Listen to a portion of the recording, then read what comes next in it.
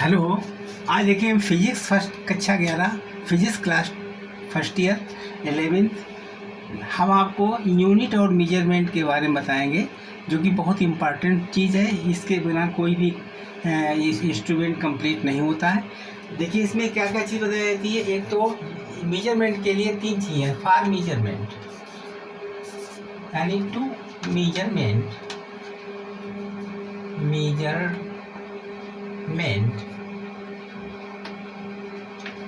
के लिए कौन कौन स्केल है। एक तो नॉर्मल स्केल, एक होती है नॉर्मल स्केल। ये कितना नापता है। नॉर्मल स्केल आपने देखा होगा, जो स्केल होती है जिसको हिंदी में कहते हैं पटरी, और वो कैसी होती है, इस तरीके से नॉर्मल स्केल होती है। इसमें यहाँ पर 1 2 3 को इस तरीके से बना होता है। 5 1 2 3 4 और 5 इस तरीके से 1 2 3 4 5 1 2 3 4 5। ये हमारी नॉर्मल स्केल। यहाँ 0 होती है, यहाँ 1 और यहाँ 2। इसमें बीच में कितने डिवाइड होते हैं, 10 पार्ट्स होते हैं, 10 खाने होते हैं। ये सेंटीमीटर में होती है, मतलब 1 सेंटीमीटर। यहाँ से यहाँ तक का डिस्टेंस होता है 1 सेंटीमीटर। कितना होता है, 1 सेंटीमीटर। इसको 10 में डिवाइड किया गया। 1 सेंटीमीटर डिस्टेंस है, इसको 10 में डिवाइड कीजिए। ये नॉर्मल स्केल कहलाती है। इसकी लिस्ट काउंट हो गई है 0.1 सेंटीमीटर। ये कम से कम 0.1 सेंटीमीटर तक की दूरी नाप सकती है। इसकी लेंथ कितनी है, 0.1 सेंटीमीटर। इससे छोटी नाप नहीं ली जा सकती है। इसी को कहते हैं लीस्ट काउंट। लीस्ट काउंट मतलब है वो छोटी सी छोटी, smallest length which measure by the normal scale, जिसके नॉर्मल स्केल से 1 सेंटीमीटर तक की लेंथ नाप सकते हैं। इसके बाद अगर और 0.1 से 10 और से छोटा नापना चाहें तो उसको कहते हैं वर्नियर कैलिपर्स। वर्नियर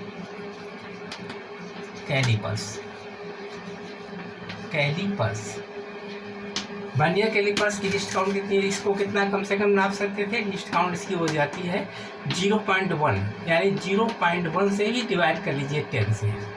ये वर्नियर कैलिपर्स से कितना नाप सकते थे, 0.1 से लेकर के अपॉन 10 सेंटीमीटर, तो बराबर हो जाएगा 0.01 सेंटीमीटर।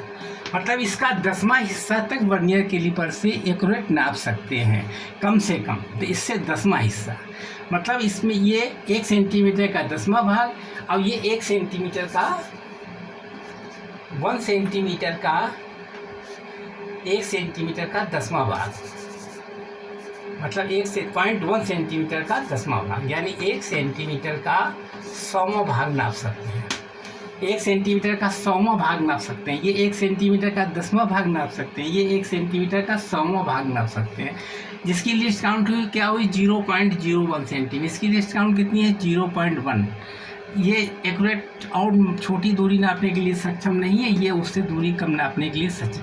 अगर इससे भी कम नापना चाहें तो किसका प्रयोग करेंगे, उसको कहते हैं स्क्रू गेज। उस मेजरमेंट का नाम क्या है, स्क्रू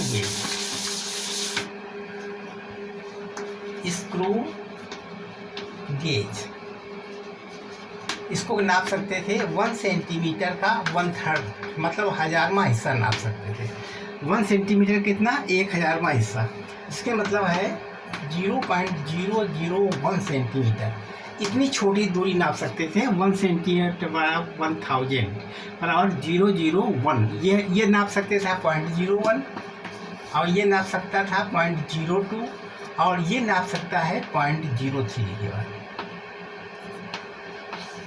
मतलब ये 0.1 तक ना 1 सेंटीमीटर का 10वां हिस्सा नाप सकता है। ये 1 सेंटीमीटर का 100वां हिस्सा तक नाप सकता है, इतना छोटा।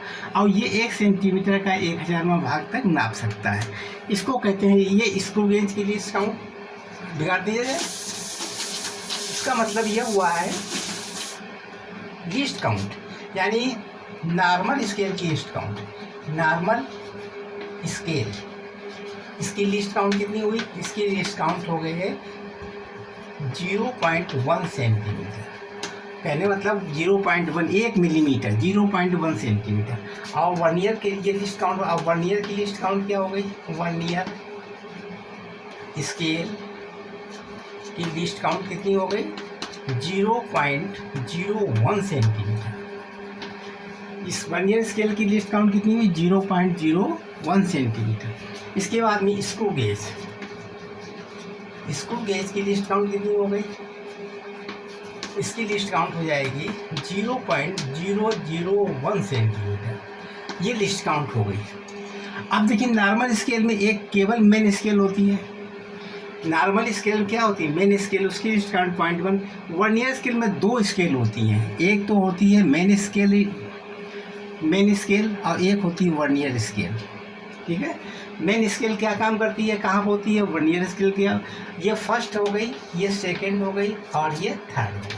पहले आप नॉर्मल स्केल को बारे में तो बता ही चुके हैं। वर्नियर स्केल क्या होती है, वर्नियर पैमाना क्या होता है? आप वर्नियर स्केल के लिए देखो अभी हम बताएंगे। वर्नियर कैलिपर्स,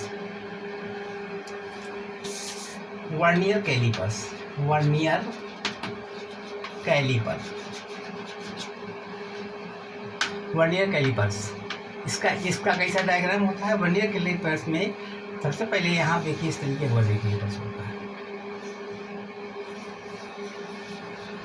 ये आपका वर्नियर कैलिपर्स होता है इस तरीके के। इसमें क्या होता है, यहाँ से एक इस तरीके से एक जा बना होता है, जबड़ा टाइप ऐसे बना होता है। ठीक है, इसमें बना होता है यहाँ, इसके बाद में एक जबड़ा और लगा होता है इस तरीके से।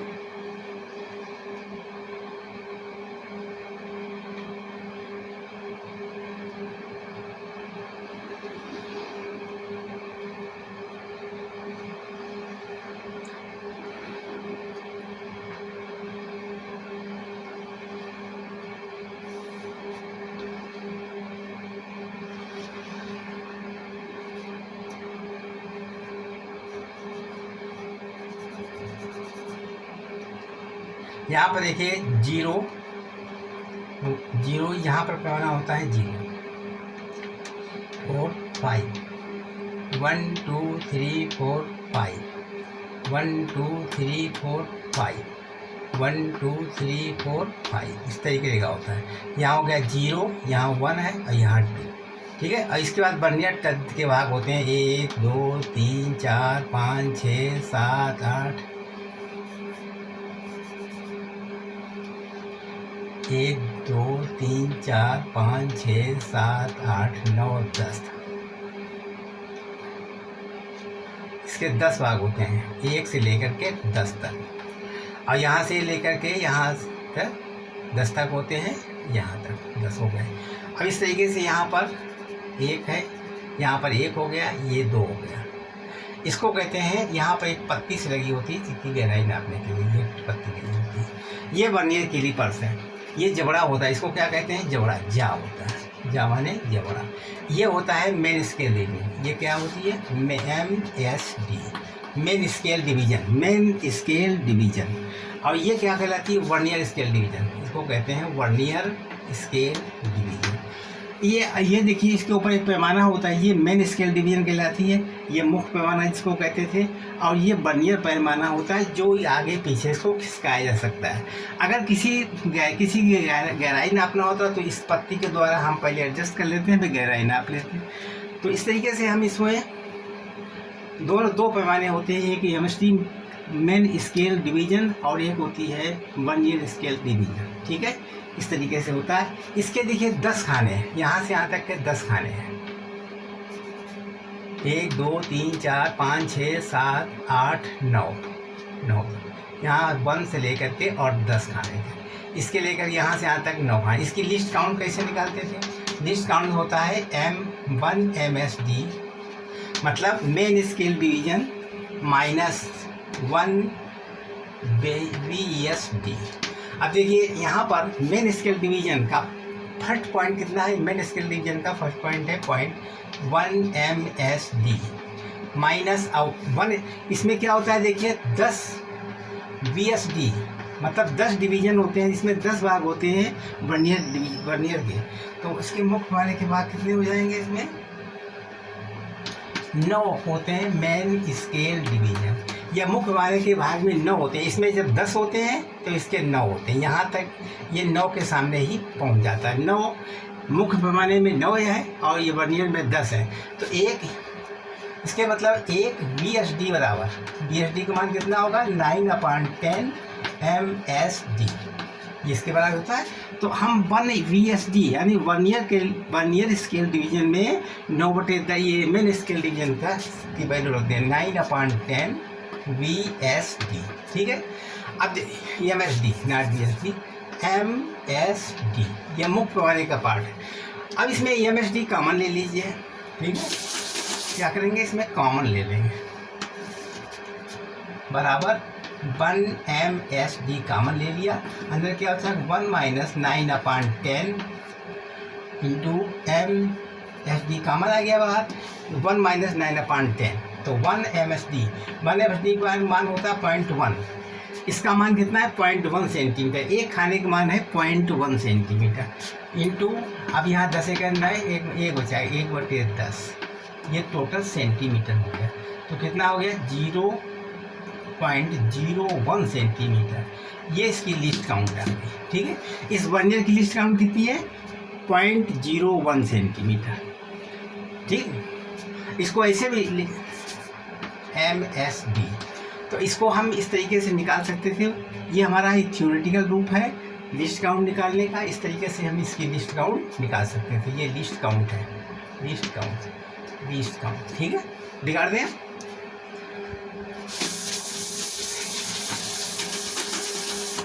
अब इसकी रीडिंग कैसे ली जाएगी, रीडिंग कैसे लेते हैं इसको, रीडिंग लेने का तरीका क्या है, रीडिंग लेने होता है MSD plus least count into VSD, ठीक है।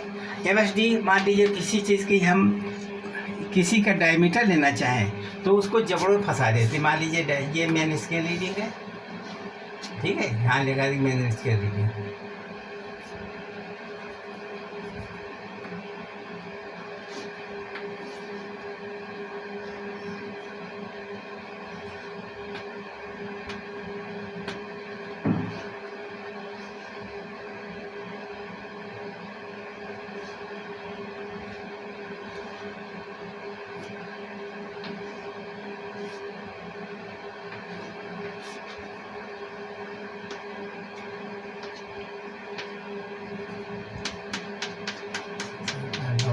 ये हमारा है VSD, ये मेन स्केल रीडिंग है, यहाँ 0 1 2 इस तरीके से दी गई, ठीक है। अगर किसी चीज़ का हम कहते हैं यहाँ जबड़ा में कोई चीज़ फंसाते हैं, फंसाने में देखते हैं कि इसका जो पहला पॉइंट 0 वाला है इसके सामने कहाँ पहुँचता है, मान लीजिए यहाँ पहुँच जाता है, यानी इसका यहाँ पहुँचता है, तो इसके मतलब हो गया है 0.2 है, मान लीजिए मैंने इसके रीडिंग, ये हमारी सेंटीमीटर हो गया, प्लस इसकी लिस्ट काउंट कितनी है 0.01। और कौन सा पॉइंट इसमें कंसाइड करता है, वर्नियर का कौन सा पॉइंट इसमें सीध में आता है, मान लीजिए ये वाला सीध में आता है 1 2 3 4 5 में, तो ये इसका वैल्यू हो गई 0.2 सेंटीमीटर, इतने इसकी लिस्ट काउंट है, इंटू 5 का गुणा कर दिया गया, ठीक है। अब इसमें कैसे निकालेंगे, तो कितना हो जाएगा 0.2 प्लस 0.05, तो बराबर हो गया 0.25 सेंटीमीटर, ये इसकी रीडिंग आ गई। इस तरीके से मेन स्केल रीडिंग तो जितनी होती है उतने लिख लीजिए, और इसको बढ़ा करके लिस्ट काउंट में उसके कौन सा खाना कंसाइड करता है, वो खाना मान लीजिए 5वां मिलता था, 5 का मल्टीप्लाई करके इसके वैल्यू हमने रीड निकाल ली, ठीक है। अब आप समझे इसको। अच्छा, इसके बाद में अब हम बताएंगे स्क्रू गेज के कैसे क्या करते हैं।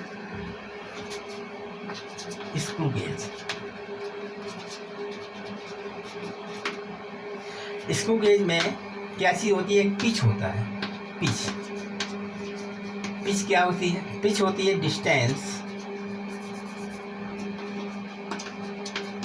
Distance upon number of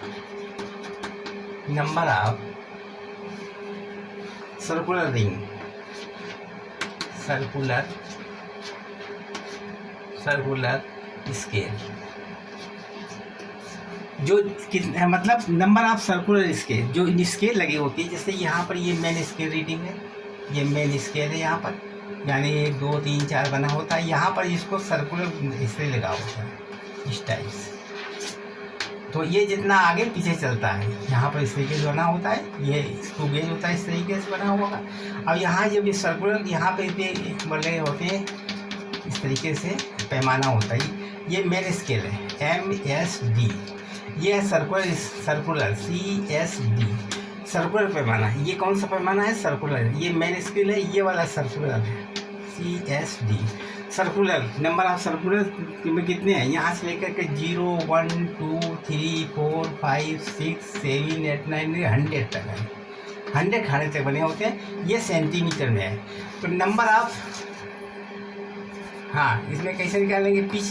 pitch बराबर होती है PITCH। पिच कैसे निकाल दें? अगर इसको हमने एक चक्कर पूरा लगाया या 2 चक्कर लगाया या 3 चक्कर, मान लिया 3 चक्कर लगा दिए हमने, 3 चक्कर लगा दिए। कितने चक्कर लगा दिए? 3 चक्कर लगा, 3 × 100, 3 चक्कर लगा दिए, 3 × 100। और 3 × में 3 सेंटीमीटर इसने कवर किया, यानी 0.3 centimetre.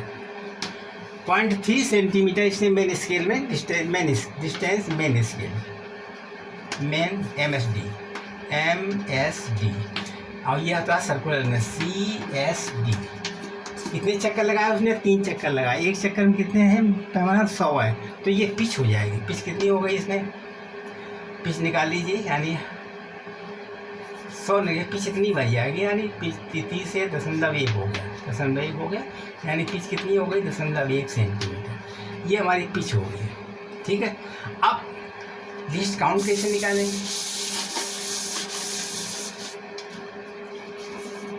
Least count pitch upon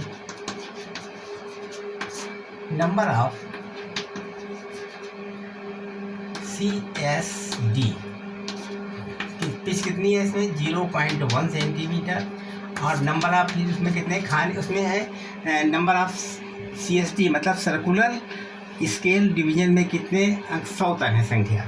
तो कितना हो जाएगा? 0.001 सेंटीमीटर। इसकी ये लिस्ट काउंट निकलेगी। लिस्ट काउंट कितनी स्क्रू निकली है? 0.001 सेंटीमीटर। ठीक है। अब आगे देखिए, हम इसकी रीडिंग कैसे लेंगे? रीडिंग लेने के लिए आप जानते हो रीडिंग, इसकी रीडिंग कैसे निकालेंगे? MSD मुक्त पानी का पार्ट प्लस लीस्ट काउंट गुणे CSD। मैंने इसकी रीडिंग मान लीजिए 0.1 सेंटीमीटर या 2.4 है, प्लस मान लीजिए मैंने इसके लिए जब आगे भी चलाने पर 2.4 आती है, तो लीस्ट काउंट का मतलब 001। और कौन सा खाना उसकी मेन स्केल के सामने आता है? जब कौन सा खाना मेन स्केल, मान लीजिए 45वां खाना आ गया, ये लिख लीजिए। तो बराबर कितना हो गया? 2.4 प्लस 0.045। टोटल कितना हो गया इसमें? टोटल हो जाएगा 2.445 सेंटीमीटर। अब देखिए, इसके दशमलव के बाद में 3 अंकों तक ज्ञात कर सकते हैं। इसको कहते हैं स्क्रू गेज। अब देखिए, अब हमने तीनों बता दिए हैं, नॉर्मल स्केल, वर्नियर स्केल पे और स्क्रू गेज। इसको अच्छे ढंग से तैयारी करने के लिए अपनी पाठ्य पुस्तक से भी थोड़ा हेल्प लीजिए, जिससे कि ये वीडियो हमने बनाया है 6, 7 या 7 क्लास का। आप लोग फर्स्ट ईयर में पढ़ रहे हैं, तो आपको खुद इसके बारे में जानकारी होगी। तो आप अभी हमने थोड़ा इस वीडियो डालकर थोड़ा हिंट दिया है, और अच्छे ढंग से तैयारी करने के लिए आप पुस्तक से भी पढ़ सकते हैं। धन्यवाद। अब देखिए, आप हमारे चैनल को सब्सक्राइब कीजिए। क्या करना है? सब्सक्राइब कर दीजिए। सब्सक्राइब, अगर नए हो तो सब्सक्राइब कर दीजिए, और लाइक कीजिए और शेयर भी कीजिए। सब्सक्राइब कीजिए, लाइक कीजिए और शेयर कीजिए। ठीक है। देखिए, TGT या PT टीचर्स बनने के लिए अगर हम TGT की तैयारी करते हैं, TGT या RPGT, तो सबसे पहले आपको केवल 3 महीने में ही कोर्स कंप्लीट हो सकता है। 125 क्वेश्चन आते हैं TGT में। उसमें आपको, अगर आपने 100 तक सही कर लिए तो आप सक्सेस हो सकते हैं इन TGT। इसके लिए आप 125 में अगर 100 तक आपने निकाली है तो आप सक्सेस हुए। उम्मीद कीजिए 100 तक की मेरिट आती है लगभग, हो सकता है थोड़ा ज़्यादा भी जाती हो तो कुछ कहा नहीं जाता है, लेकिन 100 तक तो आप कंप्लीट करना अच्छी तरीके से जानना चाहिए। सिर्फ 3 महीने में, 3 माह में आप पूरा कर सकते हैं कोर्स को। लेकिन प्रतिदिन आपको 10 घंटे पढ़ तैयारी करो, 10 घंटे पढ़ने का। अगर 10 घंटे आप रोज पढ़ेंगे तो 3 महीने में टीजीटी का पेपर निकाल सकते हैं, 100 क्वेश्चन पूरे कर सकते हैं।